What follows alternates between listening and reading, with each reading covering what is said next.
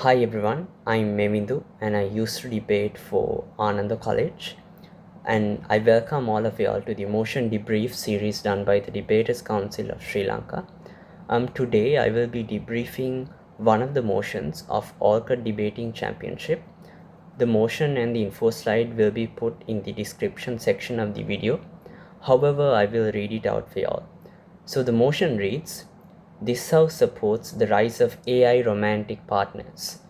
And the info slide reads, "AI romantic partners are human-like digital romantic partners powered by AI. They are used for user-tailored conversations and they aim to replicate real-life relationship experience."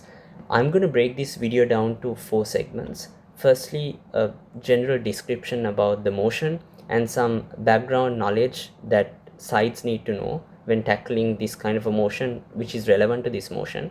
But secondly, we'll talk about like setup, which includes stance, burden, like in every other thing that falls for both sides. Thirdly, we'll look into the arguments that each of these sides could make. And finally, I'll just give a very brief look at what the possible clashes would look like and the metrics that each side could use in order to win those respective clashes. Okay, on to the first section then in terms of like a general description.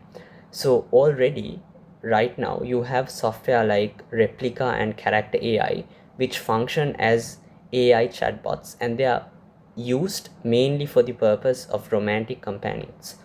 I just want to make a few characteristics about these platforms clear to you all. Firstly, these platforms usually consist of like free content and as well as paid content.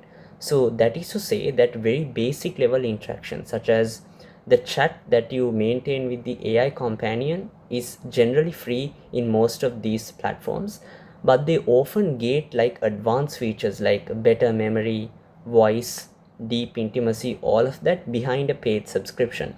So the point of this is that users aren't generally satisfied with that very basic level interaction, so they anyways end up paying and they buy this premium subscription, and that is how these companies keep these users attached to these platforms. However, with the rise of these AI platforms, when they become more prominent, and there's a chance that they could become far more accessible and cheaper, and we'll talk about that in arguments. But the second thing that I want to highlight is that there's a massive risk of like privacy that is involved here, and there are lots of accounts of privacy breaches that have taken place, which is that these softwares end up acquiring very sensitive information of people and they end up selling them to third parties. It's kind of hard to keep these platforms and these corporations accountable. So we'll get into setup now. We'll start with proposition first.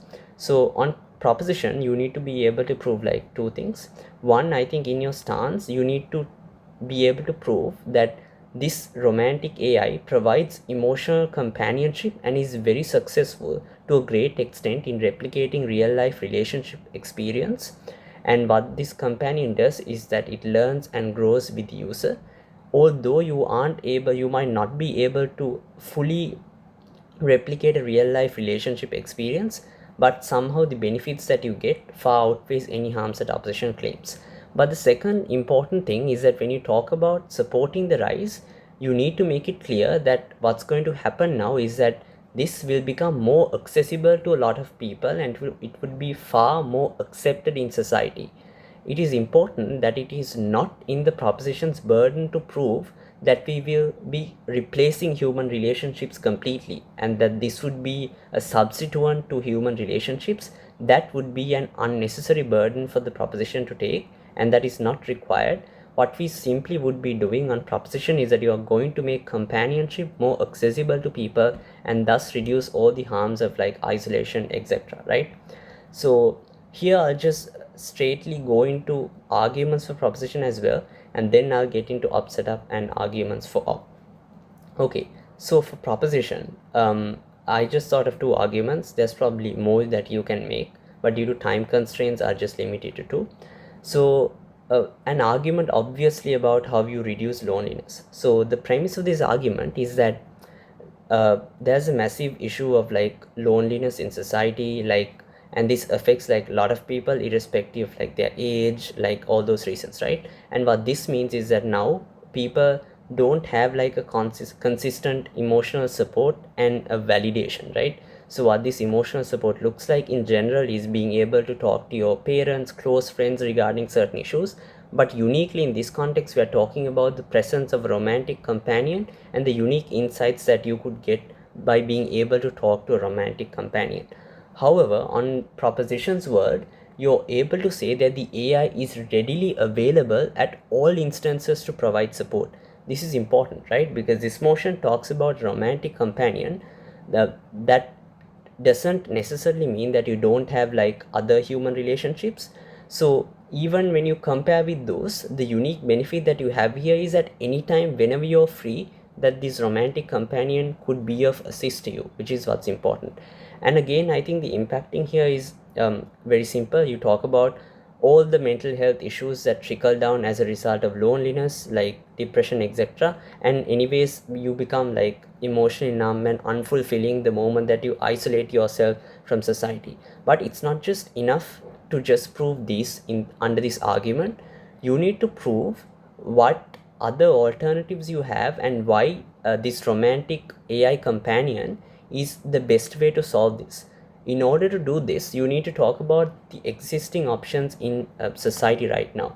So what people end up doing when they get into like real life relationships is that they either opt into like a human dating space, or you go through like an online dating space, right? So there are a few issues with these particular alternatives, right? One is that generally some people are often barred from accessing these kinds of things because of reasons like again, like loneliness, anxiety. People are neurodivergent. Some people have trouble understanding social cues, etc. But secondly and importantly, people are susceptible to manipulation and exploitation. When you use both of the above spaces, you are bound to these kind of like manipulation and exploitation, and that affects some people like detrimentally. And like because of this, some people even fear interacting in these kinds of instances. However, the AI is not designed to do so. One, because it doesn't have that kind of information to use against you, because it's learning based off what you're giving to the AI. But secondly, it does not have those perverse incentives, because the companies don't want you to leave the software either. It's just there to make you feel happy, right? So you just need to make that comparative there. Second argument that I thought of was where you talk about marginalized groups, right? And this is also very important. So the way that you make this argument important is where you talk about how emotional companionship is a basic human interest, irrespective of who you are, irrespective of how rich you are, irrespective of where you come from, right? So uniquely, there are vulnerable people in society, like people with disabilities, neurodivergent people, people who underwent trauma, etc., right? So these people are often restricted from getting into relationships, like I talked about, through traditional dating spaces, right? And since this AI is like programmable, and thus it is unlikely to be discriminative specifically to these groups of individuals, and it's more likely to be adaptive, that they're more likely to be heard, and it's going to be more inclusive, right? And the impacting here is very simple, which is what you say is that you get emotional fulfillment to a larger group of people, and this idea of like romantic companionship doesn't become a privilege. It is very important that you make this become something that is available to a lot of people as a choice, because already in society, people right now are fine with things like virtual therapy sessions, forums where people get together in the internet and talk about these things, right? So this is perhaps an extension of that process, right? So what you would be doing on proposition is that you're going to increase the choices for people, and that in and of itself is a good thing. And you could argue, due to the rise of this, and when this becomes more normalized and more people use this, there's probably going to be a demand for regulation, and governments are more likely to look into this. Thus, ultimately, you're going to have a more accessible companionship for a lot of people, and it's going to be safer as well. Right, let's just quickly jump into opposition as well. So I think the op stance here is straightforward as opposed to prop, which is that you need to say that we oppose the normalization that is going to come into effect as a result of this motion, and promoting AI to be a substitute for romantic intimate relationships is bad. So what I mean by this is that over time you say that people gravitate towards far more like easier relationships, things like this romantic AI companion, and thus people don't have value in like actual relationships you have with people, and that becomes like inevitable in the long run, is what opposition wants to run here. So again, like I thought of two arguments for opposition. So firstly is this very simple idea about how you devalue human relationships. So the way that you can analyze this argument is that you could say that human relationships are built on things like mutual compromise and vulnerability, whereas the AI is always programmed to be adaptive, and it is the one that probably makes those compromises, right? Because there's this monetary incentive to keep you attached, and what this means is that you are more likely to experience a non-nuanced, like a very ideal one-sided relationship. But secondly, that the AI makes users not worry about things like the consequences of their actions, right? Because in real life relationships, people are held far more accountable because they worry about getting rejected, because they don't want to hurt another person, because you know that you are entitled to the consequences of your actions. Yeah, so now people don't have this because the AI doesn't want people, it doesn't allow people to do these kinds of things, right? So the impacting here is that like users become like way more desensitized and like less tolerant to like human interactions, right? So in general, their human interactions over time are going to get significantly worse, because this motion doesn't exclude the ability for people to have relationships apart from romantic relationships. Yeah, even people who opt into having a romantic companion through AI could still have like relationships with friends and parents, right? Which are like physical relationships with these people, right? The quality of these relationships would drastically decrease as a result of this, and in and of itself is a bad thing, right? And I think that kind of impacting could be made under this argument as to how this like devalues human relationships over time. Second argument, then you could run an argument about how companies would have their own perverse incentives, and thus they are more likely to exploit this idea of companionship. So the analysis here is that like AI romantic partners are owned by companies, as I said, and they are profit motivated, right? And this is like exemplified by things like, because you have free plus premium features. Yeah, this generally forces users to anyways buy the premium version, because you have very like useless sorts of like facilities that are granted for the free version. Yeah, so companies anyways care about this profit, right?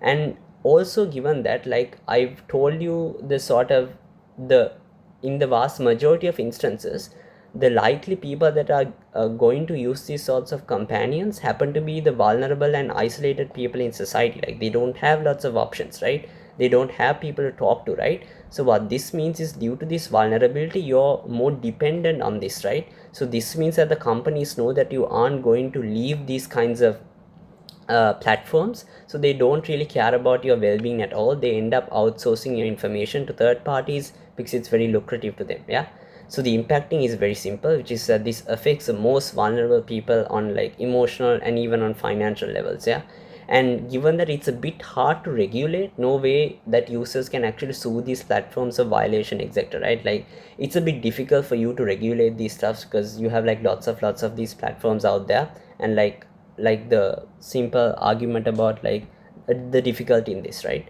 And even if you argue that you could somehow regulate this, given the nature of these individuals, given that they are vulnerable, they don't want to be exposed to society, they are unlikely to voice their concerns as well. So on to the final section of this debrief video. We'll just take a look into the possible clashes that you can both sides can possible clashes in this debate.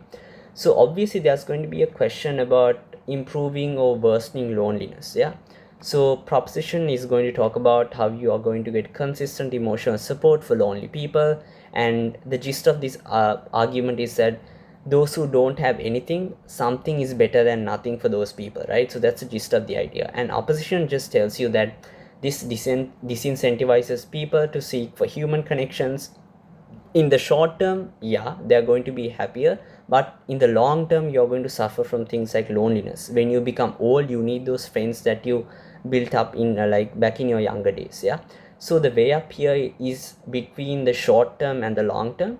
And also maybe you could use a metric of the scale of people that you end up helping, right? So which is that now, given that it's going to be far more inclusive to all, and that companionship is now not a privilege but a choice to a lot of people, maybe in terms of scale you could probably weigh it to one side. You can think of like other metrics as well. Another question here is this idea about vulnerable people. So the question here is between exploitation versus inclusivity.